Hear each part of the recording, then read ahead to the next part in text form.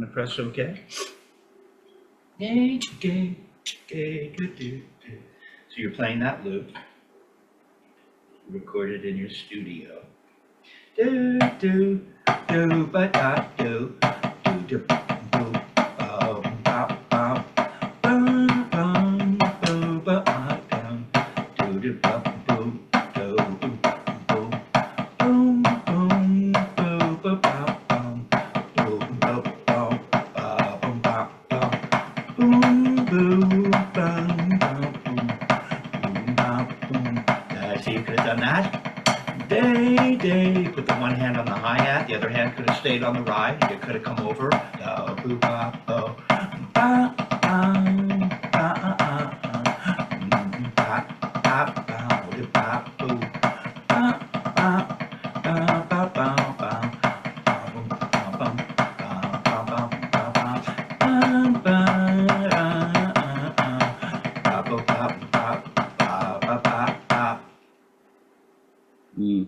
came out of faith. But you see that now that's an opportunity to start working on embellishing.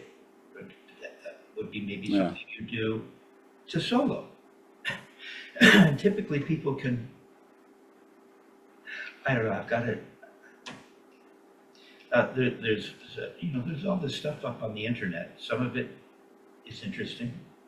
Some of it is kind of fascinating. I haven't checked it out, but how other drummers can tell you or how other musicians can tell you're legit. Yeah. Well, Dick Wilson had something to say about that.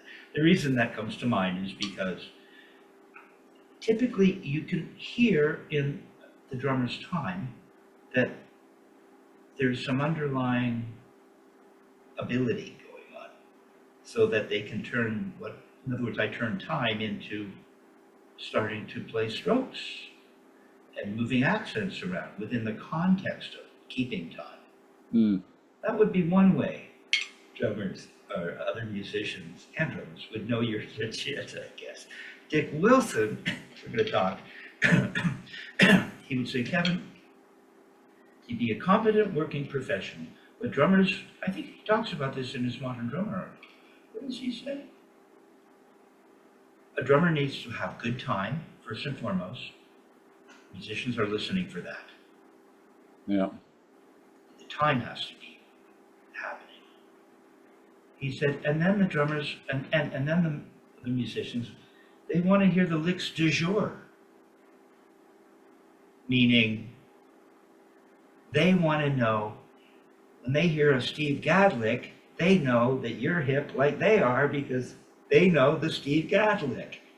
And it makes you feel as though you're part of that world that they're familiar with, that you're contemporary, and so it's good time, and the licks that the hippest drummers are playing at the time, during the period. And so that's one of the ways, the typical assessment that's going on in other musicians' mind as they're trying to figure out whether or not this guy can play. So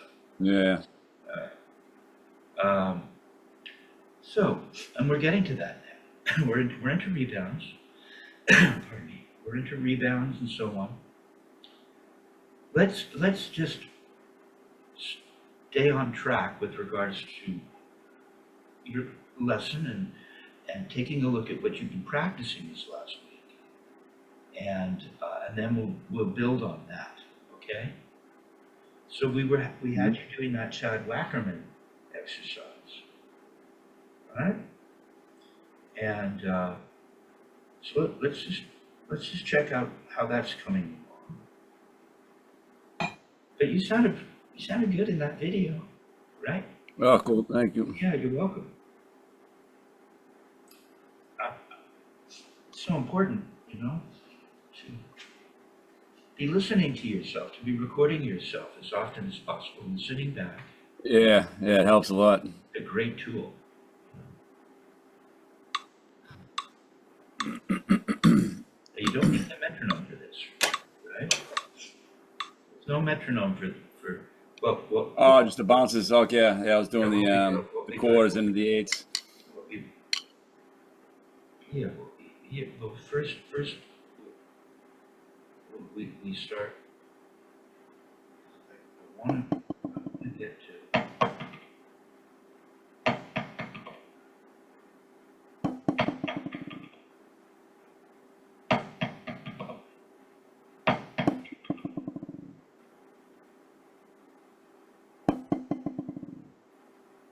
so 4 would be, let's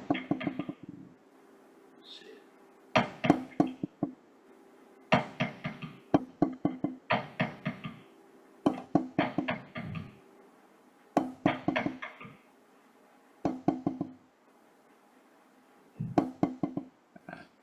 now watch.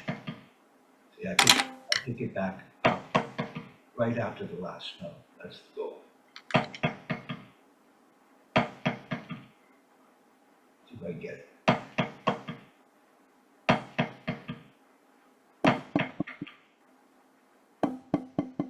And then you lift it. Lift.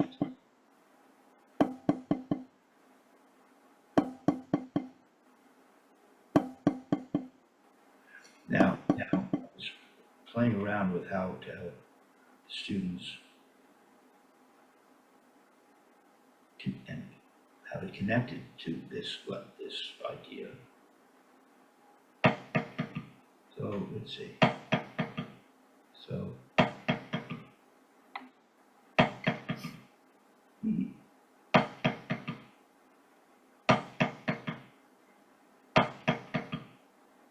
1, 2, 3, 4. It just stops. You do that without lifting it up. Yeah.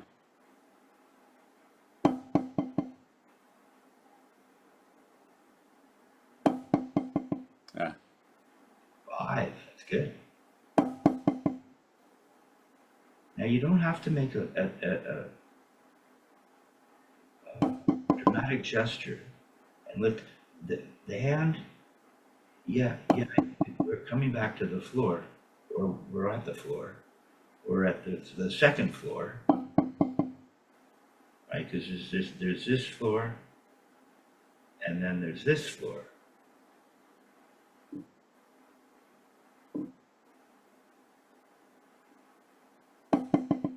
For me, it just feels like floor. If I want to get to that floor, and maybe we'll talk.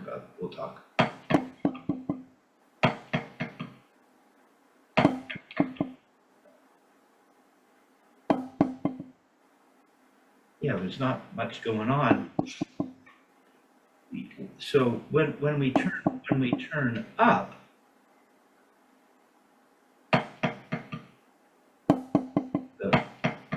the stick stops bouncing because the butt end comes to the palm. So go ahead and lift it up this time. Lift. So it comes to the palm. Now, when you don't lift,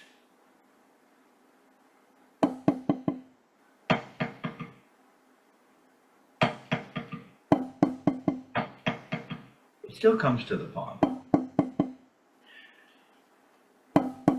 Because the hand just wants to go back to its original position.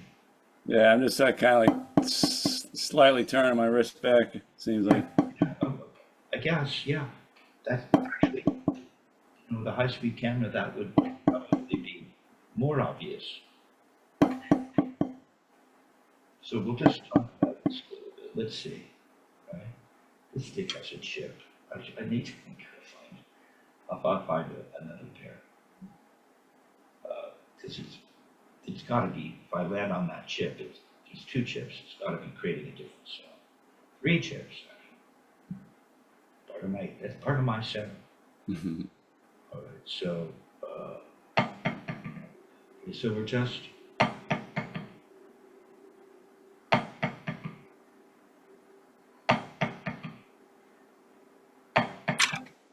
See? Just comes back to the palm. and just closes. What I'm focusing on primarily, you want to be careful because my tendency throughout the years of study to take one correct aspect of the technique and turn it into the entire technique. Right.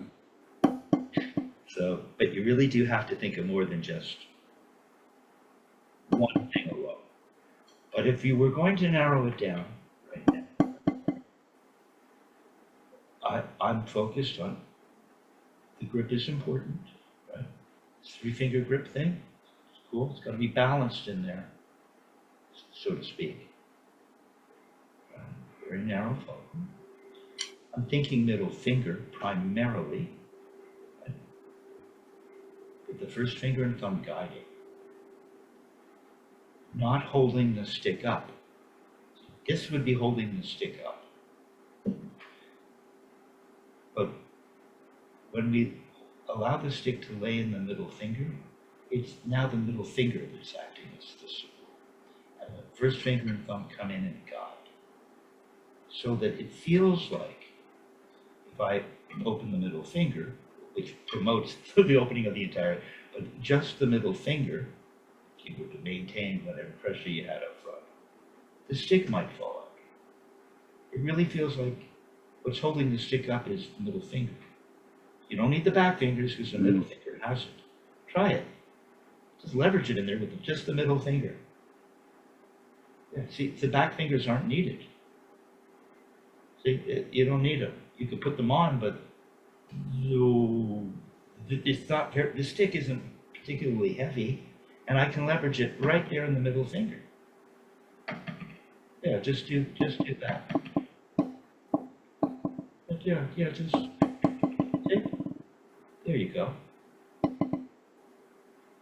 Now you put the guide on, and you guide the stick, but you don't start holding the stick up and turning in, because once you do this and you hold the stick up with the first finger, the stick can't lay in the middle finger, it can't lay in the hand anymore.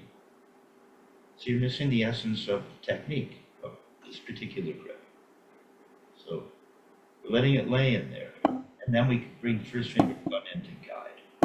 Comfortable, constant pressure. So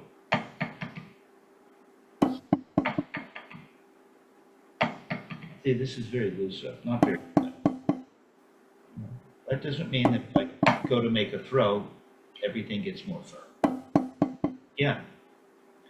Don't turn this into the only thing you need to think about. Now, with regards to what we're doing, getting the stick to rebound, I believe we want to be focused on the grip so that it's the middle finger really holding the stick up. The back fingers have very little to do with it.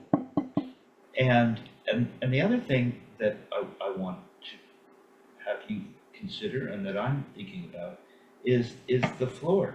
I want to be right here at the floor. This floor thing, I don't know, the technique doesn't seem to really, for me, the technique doesn't really work if you're not at the floor. I don't know if you can see what's happening. That looked, What is it? that looked not quite right, and let me figure out why. See what is going on, and it starts to feel pretty obvious once you get it, once you feel it. Dick would say, feel it once, you feel it again. So you'll get a particular feeling, and some part of your body will acknowledge that this feels right. Now, the stick is actually parallel to the floor itself, to the level earth. It sits like this. Take your other hand and do that. Use your other hand to support the stick and put that stick down for a minute. See, that's where the stick does its thing. Right? It's this position that is the whole game, man. this. Mm. And then if you have a fulcrum, it would just rock forward. It's all happening in here. So that if I just play a single, now I'm getting a little bit of, but we've incorporated the single into the Chad Whackman exercise as well. So I want to stay on course here. So the stick, see where it lands? See I come back to there.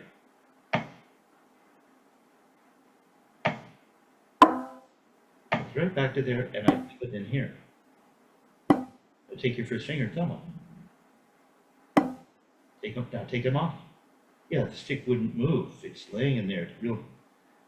Whatever weight there is, as little or as much as it might be, there's weight. And you want to get in touch with the stick laying in the hand that way, in the middle finger. And so I feel it right in there. I don't have to slam. I just turn. The stick doesn't bounce up very much. It's just laying there, and I'm just here. Just do this. Give you a bit of a feeling for it. Just put the middle finger on again. Notice that thing you just do, just the middle finger. Now lift it up and bring it down. It won't bounce around. Oh, why? Why is yours bouncing? Mine is laying in there, and I lower it. I don't know. I gotta go back further, maybe. That was too far forward. I don't think so, because here I am forward. Watch. See? I'm just touching. It's not going anywhere. Right at the floor. Go ahead and move it forward for fun and challenge yourself. That was a good try, and I thought about that too. I thought, maybe I'm further back. So I went through that thinking process. Yeah, this is interesting, isn't it? Okay, so you're not quite feeling this. Yeah, I don't know. It seems to bounce more. That's good. See, it tells you you have the potential for bounce, rebound. But what I want you to feel is something a little different. So watch. Let's see. This is where teaching is kind of fun, actually. And I learned as I go along too. It's like, okay, I'm think about this. Or you'll spend the night before going, how would I help my student tomorrow? How would you help? Get this idea. This one I haven't thought about, really. I mean,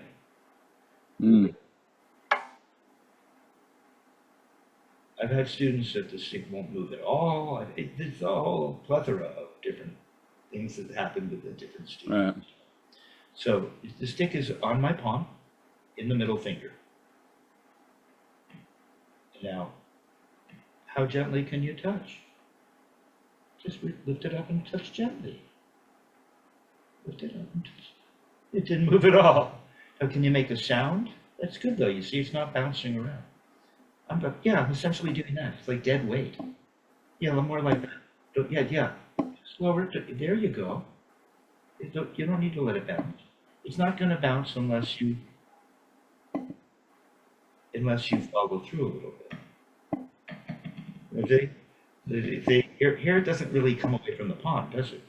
It's just leveraged in here. See? It moves like this. Just move it in the air like this and feel that leveraging. Gently, or it's going to bounce all over. Look how little I'm moving. I'm moving like a half an inch. Feeling it. You can take the first finger and thumb away. Really? Yeah. You see, it just sits in there. It's leveraged on the palm the whole time, isn't it?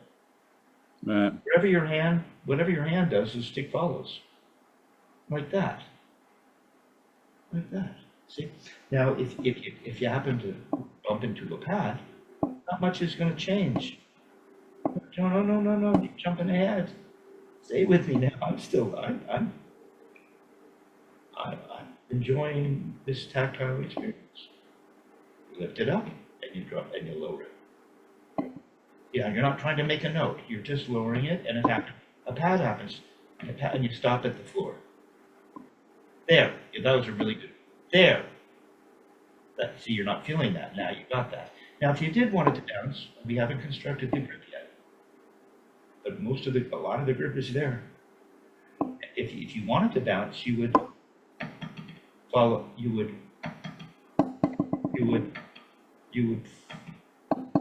follow through a little more. So here's not bouncing, and that's bouncing. See, I'm a little more bent. I'm letting the stick rock with the fulcrum as I feel that. There you go. Don't go slamming the one note.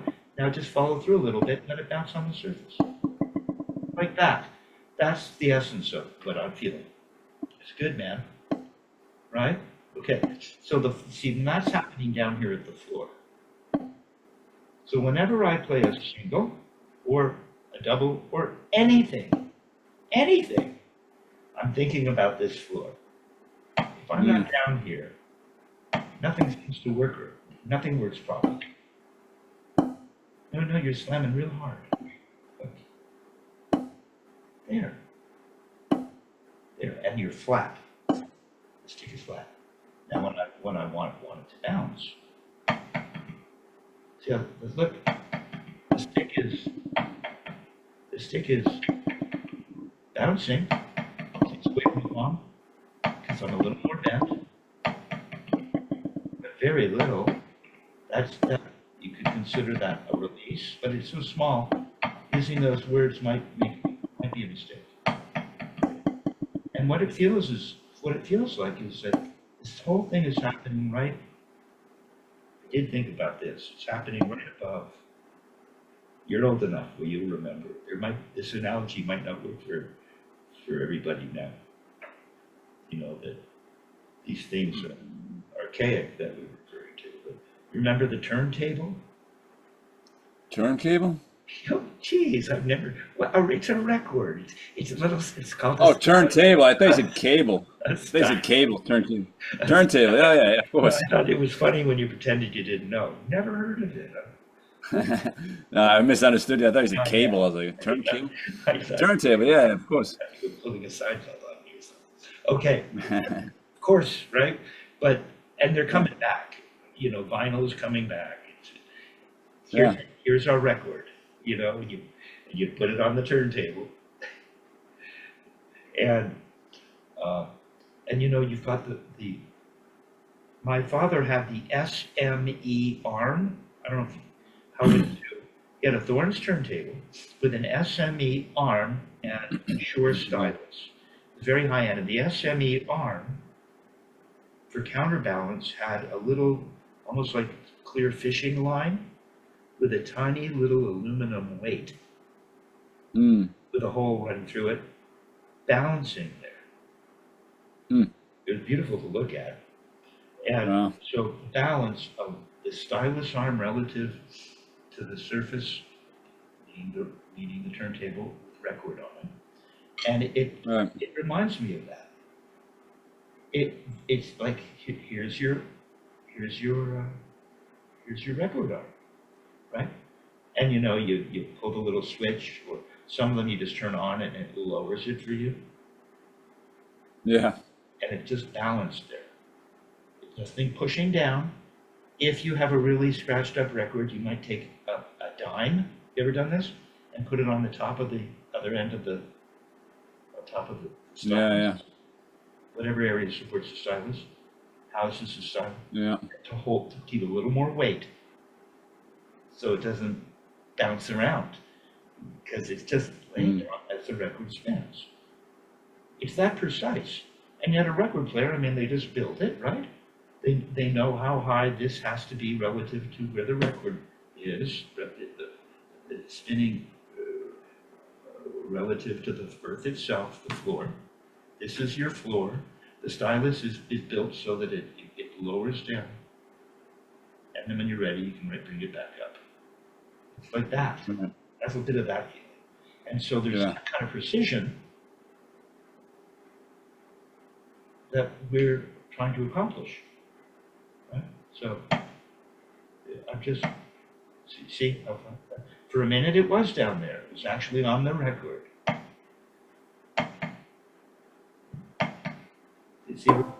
See where See where the whole thing is happening? Right here. So the floor is a big deal. And then it's got that feeling of seeing the hand, particularly in the middle finger, for one note, and I get right down to where that record is spinning. Don't just slam it or bounce up. You don't want to damage the direct-to-disc, the red direct-to-disc album. You know what I'm talking about? You know about direct-to-disc?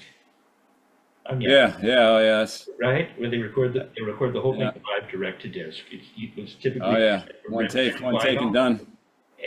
And sound quality was awesome. Had a couple of those. And so anyway, we don't want to damage this beautiful record.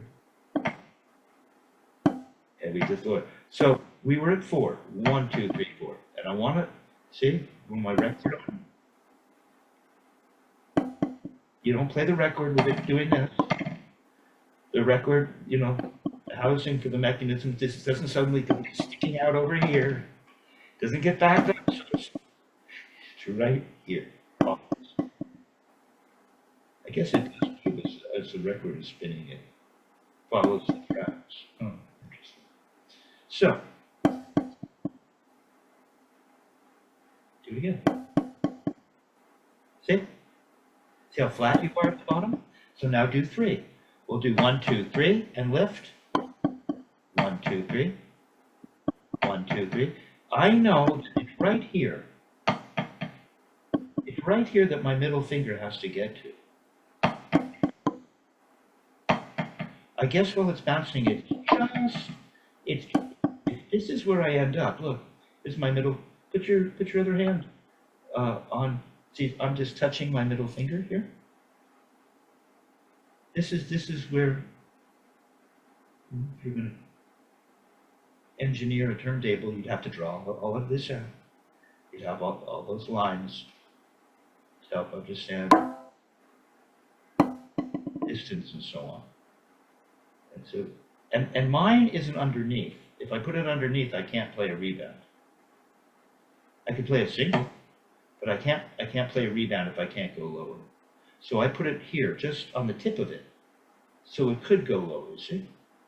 Put your first finger on the tip of the fulcrum of the hand that's holding the stick, and get it down in position like you're going to play it in a 33 RPM. You get a little lower, there you are.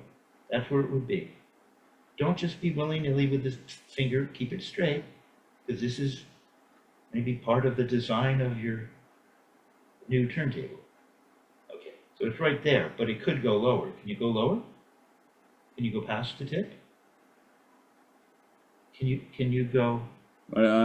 Watch, see, mine can go past it. Mine can go past, or it can come up to it. There it is, right to it. There it is, past it.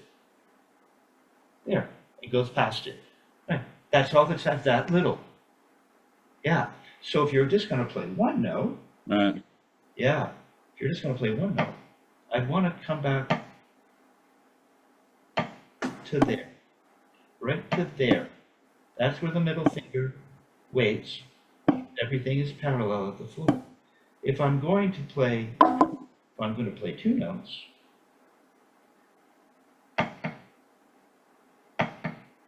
it always ends up after I'm down, and it's so little lower. It's so subtle that this is where I end up waiting here, and then it waits. Yeah. That's where it waits. So there's this feeling that you're down here at the floor, and the stick is moving down here around a fulcrum. It's right at the floor. Sure, there's a little follow through to get you there, but everything is happening down in here. Okay. All right. So that we were at 3. So 1, 2, 3, and we lift. 1, 2, 3, lift. I'm right where I want to. Oops. 1, 2, 3. I'm right where I want to be. I lift it back.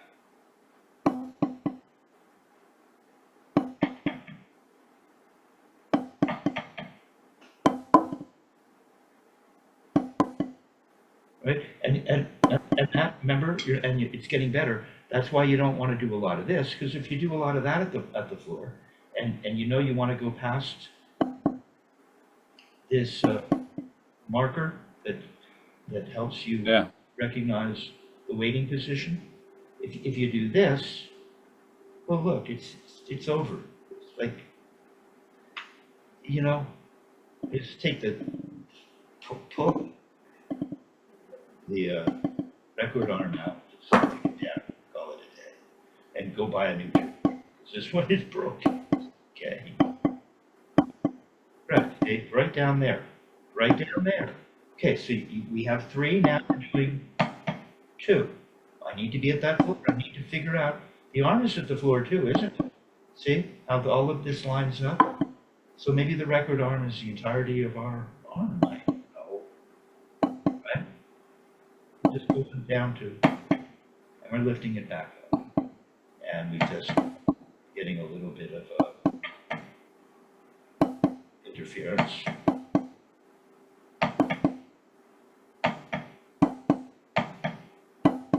Really feel like I'm right.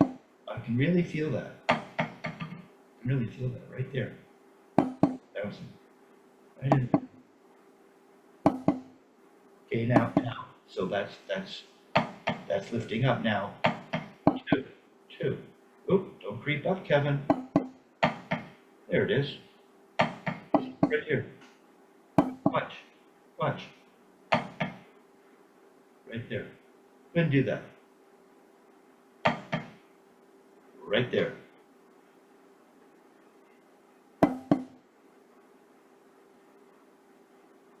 Like that. Okay? So that's what we're going for. Okay, so twisted here. The thinker going on. Let's get a straight profile. So, good. See? Singles are already better. Singles, see? That floor, the grip, the stick laying in the hand, no finger. That's, if you go slamming too hard, it'll start to bounce up. We don't want that. We don't need that. It doesn't take much force if you have a really precise fulcrum. Yeah. If the whole system is so balanced, perhaps because you have a fishing line with a tiny little weight. And I think you could move that weight. It's worth Googling the old 70s. Yeah, the one I had, the weight screwed out. It was like a weight on the end. You could there you go. Thread it out. So it'd be like, make it longer or shorter. So yeah, it would move the weight, center of gravity back. Yeah. Kind of like move the stick back, probably, like same theory. Yeah. It doesn't quite have the level of deep precision of balance that maybe the weight on a fishing line would have. But yeah, that's probably not a level. It's the same idea. And so, okay. Now I want to think about it. So we've got that. That's coming along. That gives you a feeling of rebound, gives you a sense of fulcrum and floor. Critical. Now, we've been playing the flam accent number 2, which at a certain speed involves a rebound. The next stroke is the flam tap, and now we have 3 rebounds. So how would I prepare you for that? Well, in a sense, this last exercise did prepare you for that.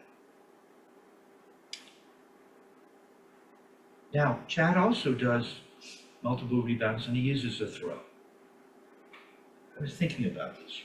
What if we did it this way? Now, is 60 too slow?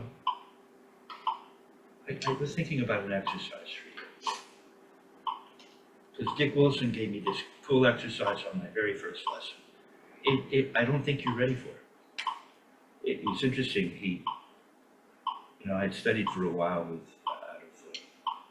Murray's office, and and conceptually, I guess I was able to understand, you know, turning the sticking around and therefore playing over the bar line.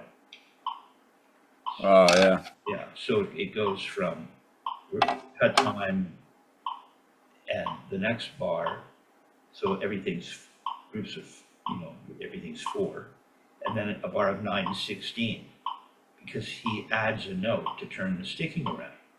And you have to keep your place, and now the 8th note equals the 16th note. I think that would be, see, I'll show you. Yeah, I don't think I'm quite ready for that. I definitely don't think I'm quite ready for that. Well, it looks like this. That's my very first lesson. See, so it's that exercise up top. Yeah. Yeah. Which is kind of asking a lot of a student at their first lesson, maybe. I know, huh? It's cool. Threw you right in there. It's cool, and so I was thinking, look, that there's, you'll get that in a minute. We'll get to that soon, actually, because I know as a musician who plays other instruments, that'll interest you. You should know it and understand it. Not a very big deal. So essentially, he's got me playing singles to throwing for 4, and then singles to throwing for 4, adding one more single, which makes it 5, so that now the sticking turns around. Right? But we don't have to turn the sticking around to get you to feel rebounds. See, Murray wouldn't do that. He just wants you to feel rebound. When are you gonna use that? Well, I might write a tune using that, so, and you might too. All right, so we just played 4, right? Now, I'm a little more savvy.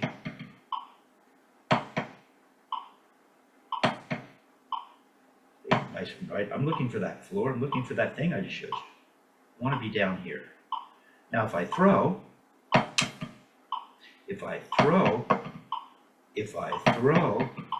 don't want to lose that.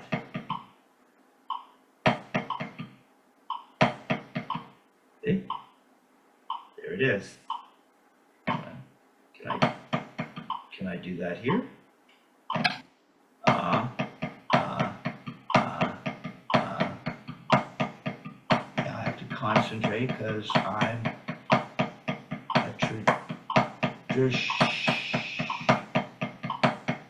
it's a little slow too. That's why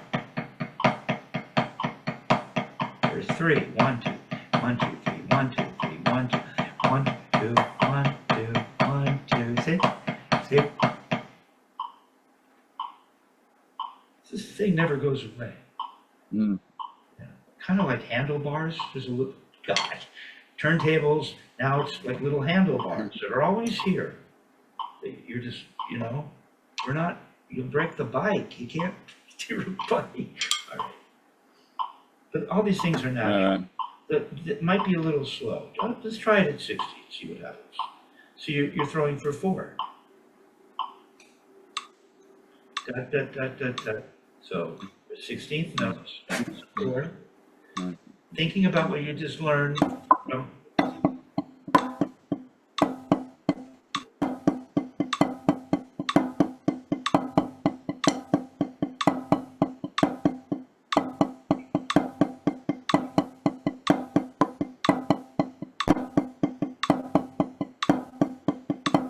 Okay, now, see, I told you that I would, I may have mentioned while recording, but I mentioned to you that the video you sent of you playing in your studio, that's good because that gives me an opportunity to notice, oh, I can help Jason with that. I wasn't, Yeah. wasn't, you were making nice motions in your right. Your left, when it went to play the backbeat, it was okay, because you mostly were turning your wrists, which is cool. You can do it that way. Yeah, it was a little loose, kind of. It wasn't like, it seemed a little loose, because I was concentrating more on the foot, I think, and I was going on autopilot, I think, something like that. There's a lot going on, but you're right. Yeah.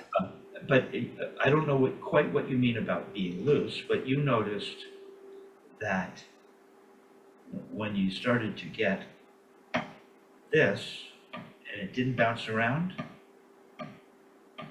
does that mean you were too loose, you were too tight? What made it hard for you to do this? We're not sure.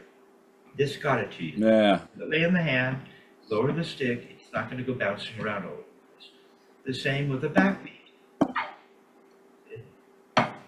So,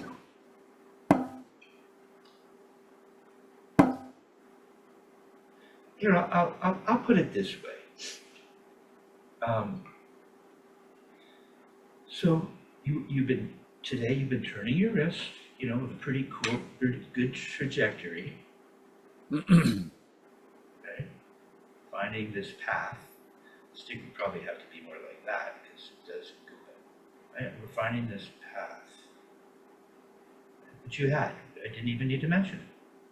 Right? We're talking about other stuff, getting to the floor. But we know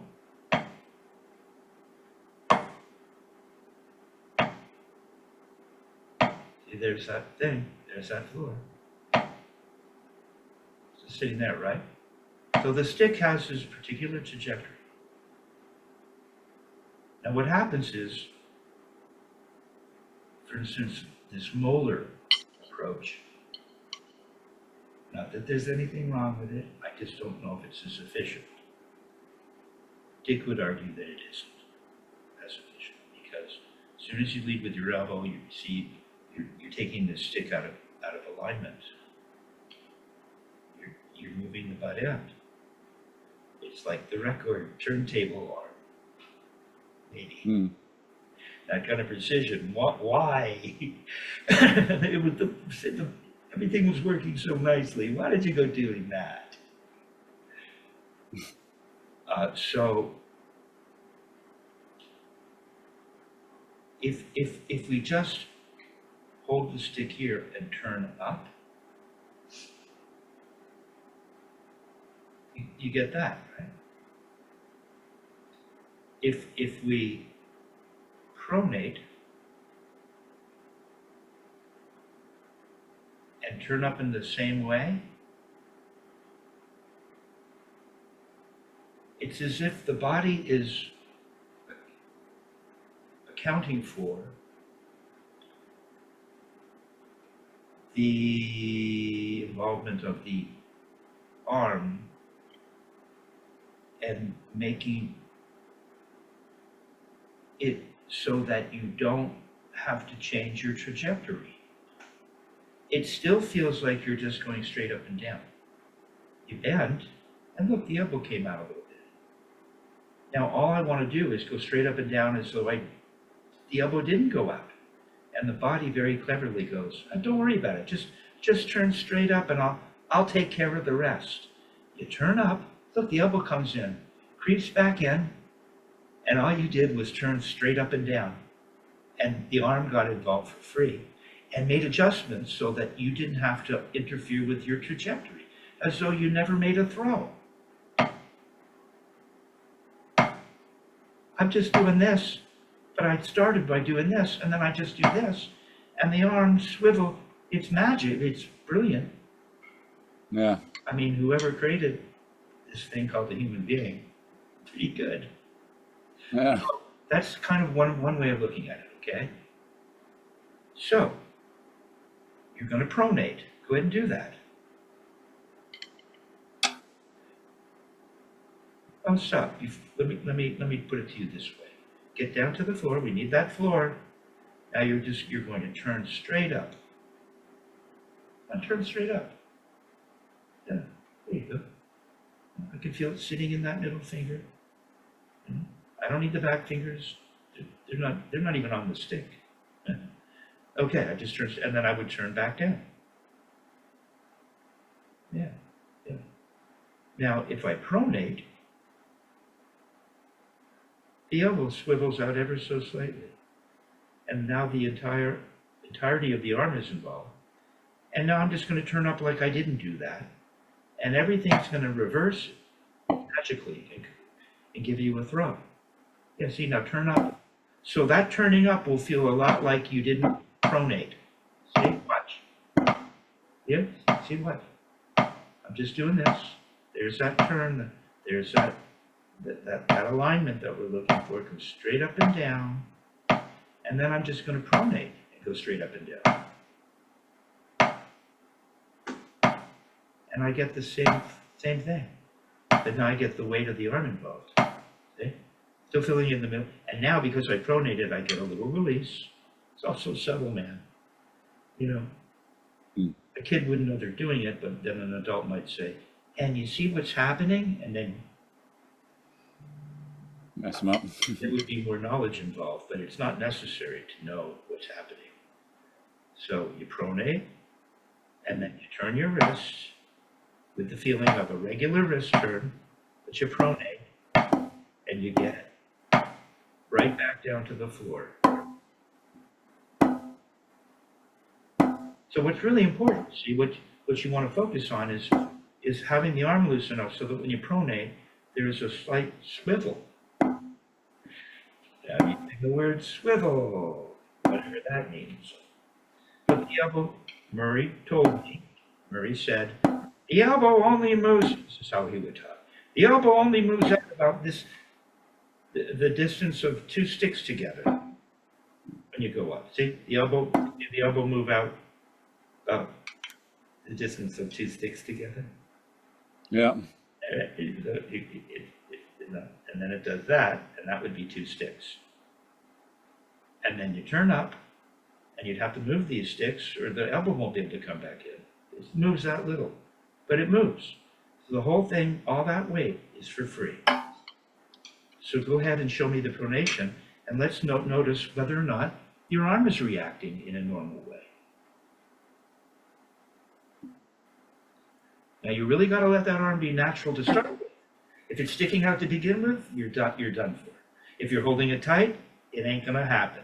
Just let it hang. You come up to that floor spot, and then you pronate. There you go. Just pronate. Wait. Pronate. Now just turn straight up and let the arm fool you into thinking it never went out. You see? Like that. Now that's been one. There you go. Just turn up. Don't be afraid to turn up. You can give me a turn. See? It's working. Now this time let it rebound over the middle finger right at the floor. Boom. You did it. That's what you weren't doing in your video. Your video, I never really saw a true. Yeah, I know. Yeah, I was doing exactly. I was doing to that. Yeah. We want to get that happening. Okay, so it's immediately better. Now you have to run back. Just me. Now that I've improved that, I'm gonna run back and record myself again with that in mind, right? So yeah, it's fun to do that. All right, so that's how I'm thinking about throwing for 1, 2, 3, 4, and 1, 2, 3, 4. It's a little slow. See there? See pronation. See how the elbow up? See how the elbow comes back in? Pronation.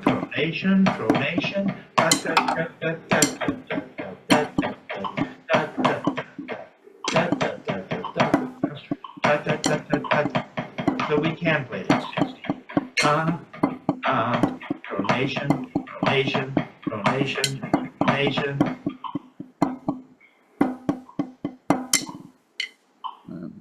60. See if you can do it.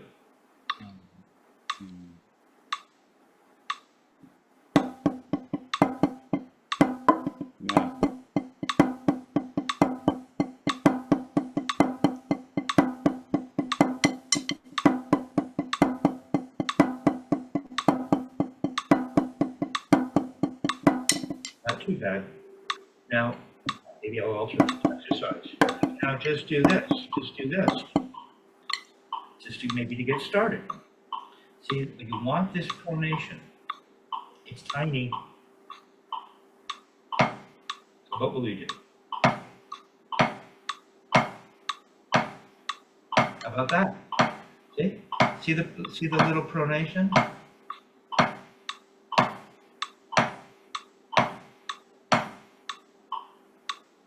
Let's start with singles and get that throw. Then play 4. Go 4.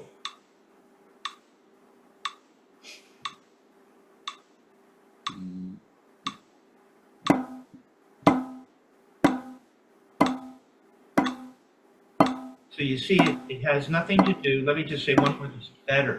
That's what you couldn't do before. You remember your left elbow would always end up coming out of your right elbow? Yeah. Now we fixed it. But you see, what we don't shove. You turn. Right. And you see, so this arm will do everything you need to do. You never need to use it. You're turning your wrist. You're turning your wrist. You're not pushing or shoving with your arm. And you get this swivel, the arm accommodating the ability to maintain aligned wrist turn straight up and down.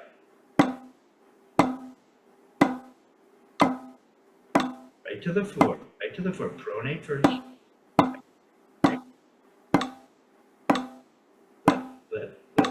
When you go up, make sure that there's a little of this so that you see how the elbow will respond. Okay, and then now throw for 4 at each hand. 1, 2, 3, 4, 1, 2, 3, 4. Right down to the floor. Remember, we talked about that.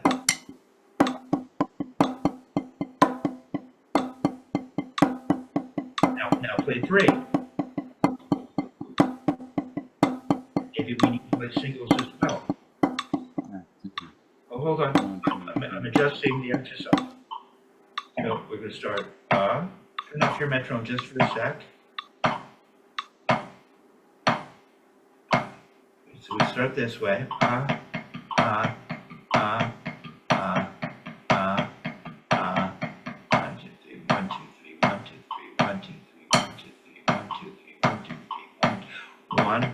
2, 3, 1, 2, 3, 1, 2, 3. You can do that. 1, 2. Now 2. 1, 1, 2, 1, 2, 1, 2, 1, 2, 1, 2, 1, 2, 1, 2. Yeah. So we'll play singles in between each iteration.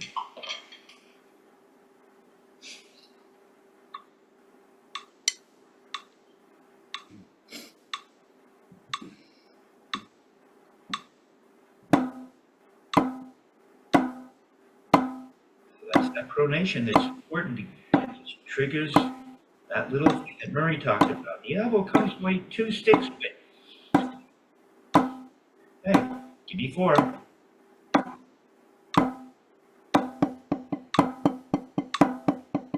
Now think in terms of 3. You get back to 1. You're always, okay? 1, 2, 3, 1, 2, 3, 2, 2, 3, 1, 2, 3. Not 3. Now you're going to throw for 1. Now you're going to throw for 1 at the speed of 3s. 1, 2, 3, 1, 2, 3, 1, 2, 3, 1, 2, 3. 1, 2, 3, 1, 2, 3, 1, 2, 3. So it's like a. It'll come back around. 1, 2, 3, 1, 2, 3, 1, 2, 3, 1, 2, 3, 1. 1, 2, 3, 1, 2, 3, 1, 2, 3, 1, 2, 3, 1. How am I missing there? 1 and 2 and count this way. 1 and 2 and 3 and 4. 1 and 2 and 3 and 4. 1 Little faster. 2 and 3 and 4. There. Now play 3. Now 3.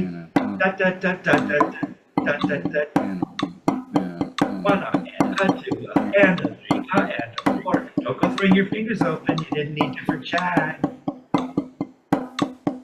There's the pronation. That's good. There you go. Down to the floor. Don't go throwing. There you go. Now throw for 2. 1, tap, tap, tap, tap. You got to do the pronation. You can't just go shoving your arm down. It's all about this effortless motion. Play 2. No need to throw your fingers open. Just come to the floor.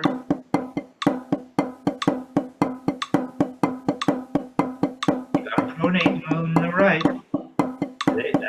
doing in your, there it is. There. All right, okay. It's a great exercise for you. This is Yeah.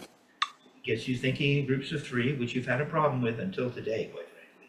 Yeah. One and a two and a three. That's the quaterno triplet thing that you can't stand. I know, still. One and hey, you got it right away. Da da Yeah. da da da da da da da da da da Jetsons. Da ba da ba dum. Digga digga da. Meet George Jetson. Yeah. Da da da da da da da da da da.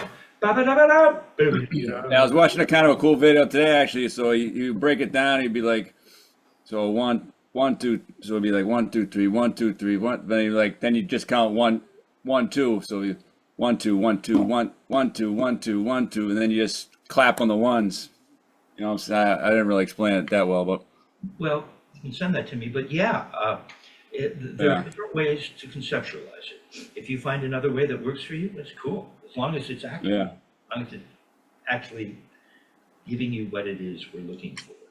right. Right. So there's that. And that was in preparation for, I'm just going to just give us both a minute for the ions to settle back down. Yeah, Very good, man.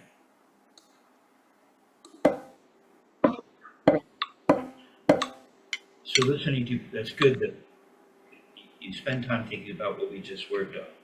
When you're yeah, alone with your own thoughts and but so I think it's really important that you count. 'Cause yeah, I think you were searching for the threes. yeah, You're going to count one and two. See, it's 1, 2, 3, 1, and two and three and one and two and that's what I'm going to do. 1, 2, 1, and 2, and 3, There it is. 1, 2, Let it bounce 3 times with the words you're using. What is it? Then you just let it bounce with the other words you're using. 1 and 2 and 3 and 1, and it starts again. Always comes back around. 1, and 2, and 1, and 2, and 3, and 1, and 2, and 3, and 1, and Good, it's fine, you got it. We just don't want to, we don't want to throw our fingers open, use fingers, and we don't want to be turning our wrists for the rebound. It's one beautiful motion. You land at the floor, and everything we talked about occurs. And there's not much more to it than that. Now, as I watch you, it helps me because I get a chance to think about what you would be doing away from me until the next lesson. And I think until you start to really feel the throwing for 3, yeah, and we've done this, so I don't want to neglect roll strokes. Dick Wilson would always give you a cool exercise, perhaps with some downstrokes and or rebounds, right? He'd give you something like that. He'd always give you, and then he'd always give you doubles and roll strokes, right? And then he'd give you singles. Okay. Well, when you're practicing the Chad Wackerman exercise, I want you to incorporate singles. Just as I had you going from multiple rebounds to 4 that stops back up a la Chad, and then the 4 that stops down and the hand just closes and you're down here, just like you are while it's bouncing for Chad, but then you lift it up. Here it's down here and you stop down here, right? But I want to do that for singles too, because the singles, I want to get to that. I know for a minute I'm down, right down here, and then I lift it back up. Or it's what you were just feeling when I had you feeling the leverage and turning gently and not letting that stick out. It's just that. And we stop down. Or you can leverage if you turn gently and then lift it back up. You could do it. You could do that without much of a grip at this speed anyway, right? No. Right. You don't need to give it much juice. I just want to feel that stick really flat for a minute. And then I lift it back up, or I just stop flat. So I want you to work on that as well. Yeah, yeah. Right? So the Chad Wackerman exercise, running through multiple rebounds, 2, 4, 3, 2, and then 1. Stopping up and stopping down at the floor. Okay. Yeah. Need to rest. So with that in mind, I think I want you to just, we're eventually going to get you into throwing for 3 for a flam tap, but I don't want to neglect, and in a sense, this thing that I've given you is kind of a stroke. It's kind of cool, right? It's an exercise, okay? That will be leading to our next stroke. In the meantime, you were accomplishing, here, you were at 60, doing this, right? There's that floor, I'm concentrating on it. I'm concentrating on this. It's supposed to come back to there, huh? And then I'm gonna throw for doubles, but where were we? We're at this speed, huh? Oh, okay, so it's maintained the recording, apparently. So let's just continue on like it never even happened. Remember the Seinfeld episode where he screams at his boss and he quits. Oh, yeah, he just goes back into work like nothing happened. Yeah. He realizes he shouldn't have done it, and he goes back and just pretends it never happened. The boss goes, Shows up to meeting. Yeah. remember what you here? just said to me? It's only yesterday. Okay. What are you talking about? Ah, no, just kidding. Okay, so let's just hope that we have continuity here. All right, so I was, sorry about that. That was at my end. Okay, so what we have happening is this thing that I was, this part of the journey I was about to go on, to take you on, to enjoy with you, right? And so now we've got, your throat's looking much better, and it's nice. So here's quarter notes. So,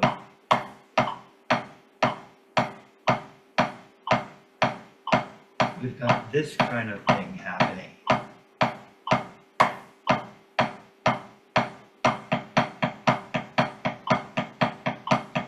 I want to get to, see that beautiful, see how fluid that is? That's doubles, throwing for doubles. 1, 2, 3, 4, 5. 1, 2, 3, 4, 5, 6, 7, 8, 9. 1, 2, 3, 4, 5, 6, 7, 8, 9. 1, 2, 3, 4, 5. 1, 2, 3, 4, 5. 1, 2, 3, 4, 5. 1, 2, 3, 4, 5. 1, 2. How fast can you throw? 5. 1, 2, 3, 4, 5. 1, 2. See if I can get it happening.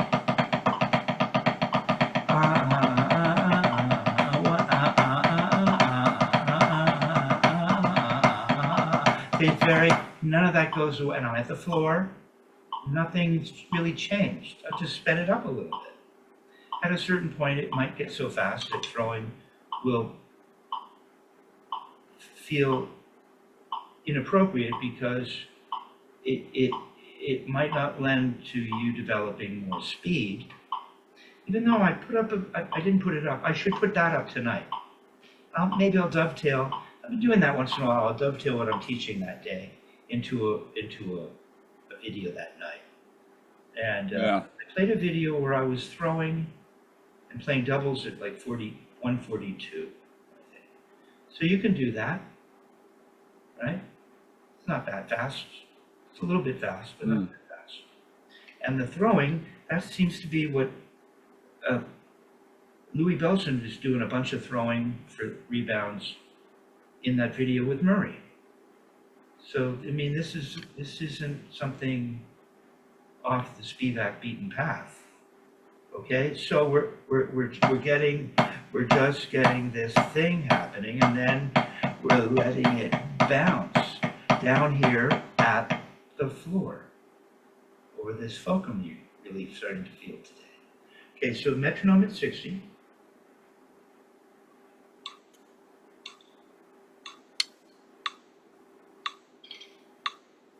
Let's see what happens. We're doing eighth notes? Well, we're throwing to the, sorry. We're continuing on with what we were just doing. We're really focusing on the pronation and whether or not, turn off your metronome for just a sec, because I don't want you to lose what you got today. And go back to what you were doing in the video, sort of. If you don't get the pronation, which will affect the arm, remember the forward bend of the wrist motivates the upward motion of the forearm. See? And when the forearm is motivated upward, the elbow moves out, like Murray said, about the width of two sticks. So if I don't see this before I see this, it means you're keeping this more rigid, which means you're going to have to push the forearm down. Watch. See, you might even think that looks right, huh? All I'm doing is I'm bending, keeping the elbow in, not feeling it do its thing, and shoving down. Yeah, that's what I have a tendency to do, I think, yeah. You don't want to do this. Well, what's the difference? You don't want to do this. Watch the elbow. See this pronation. So you can even pronate and won't move out if you hold it stiff. If you don't feel this, see how different that is? Even the sound changed. See how that looks? That's different. And quite beautiful. And this way of pronating so that the arm is affected, the elbow gets motivated to the body, all that stuff, which means your shoulder joint is loose. It's potentially another fulcrum. All these joints are potential fulcrums. If you don't get that, you don't never get the release. That was what, it has a lot to do with this technique, always releasing the tension. Releasing. Okay, so we want to play doubles, but we want to look for this. We want this. Or we may as well just play any old way. Right. Okay, so metronome at 60. So what are we playing? Da, da, da, da. So we're playing eighth notes. If the metronome's a quarter note. Just singles with good throws, with that little thing that happens at the beginning of the throw. So you can just turn your wrist and the stick will remain alive. Okay.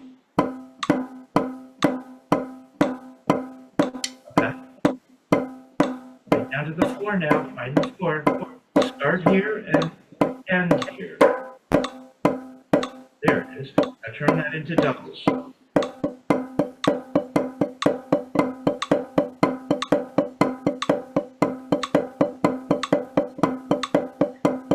Stroke roll.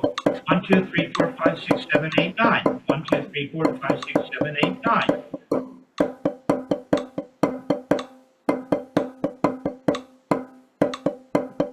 Or 1, 1, 2, 3, 4, 5. 1, 2, 3, 4, 5. 1, 2, 3, 5. 1, 2, 3, 4, 5. No, not a 5-stroke roll. 9-stroke roll. That's your count. Oh, 9-stroke roll. You can count 5.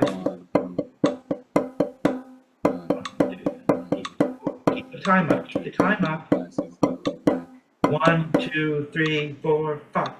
Click, click, click, 3, 4, 5. Click, click, click, click. Keep the time up.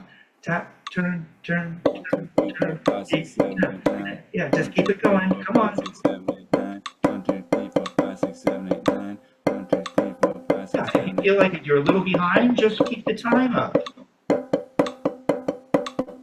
Just add a little bit of buoyancy to the time. Remember, the accent is going to stop at the floor. There's going to be a little squeeze down there at the floor, but you don't even need to know about it. Okay, stick is just stopping dead. See, like for a regular wrist turn single. Now you're losing your pronation in the right. Don't lose that little thing that you're getting.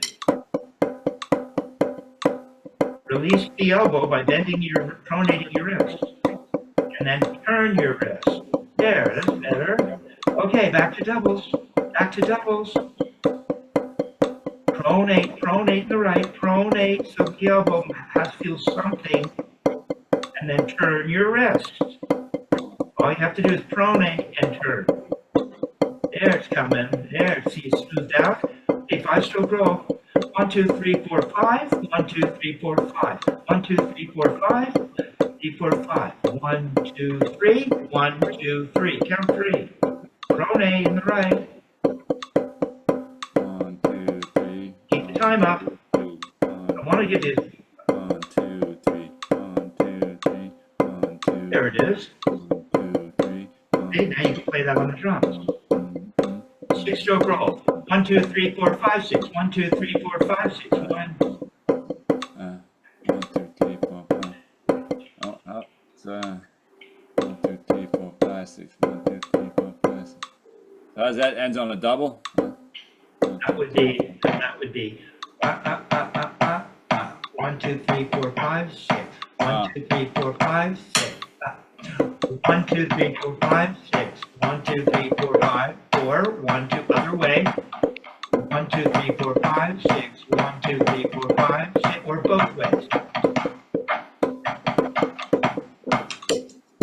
1, 2, 3, 4, 5, 6. Now, Murray would sometimes, it won't work for good.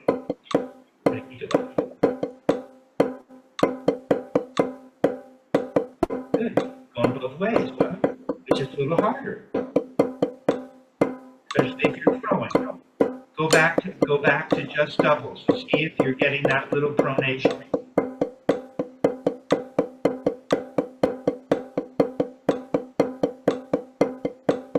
Pronate, turn, pronate in the right, turn, pronate, turn. And the pronate and the pronation. Yeah, right, yeah. Let me just help you with what you just did. The pronation doesn't start leading you to go up this way. The pronation is this. Straight down. See, it's not the hand and wrist that go out. It's the elbow that goes out, if anything. And the forearm goes up. That's all. Good. There, like that. That's it. Yeah, you don't have to keep going. It's like breaking the wrist. Break it, and turn. Break it, and turn. That's it. Break it, and turn. That's it. See, you don't have to do anything. That's it. That's a beautiful throw, Jason. That's a very good throw. Okay, so you feel that. If you feel it once, you could say you will feel it again. So that helps us sleep at night, knowing Yeah. right, that even better things are yet to come. Very good. Nice. It is nice. I'm turning off the camera.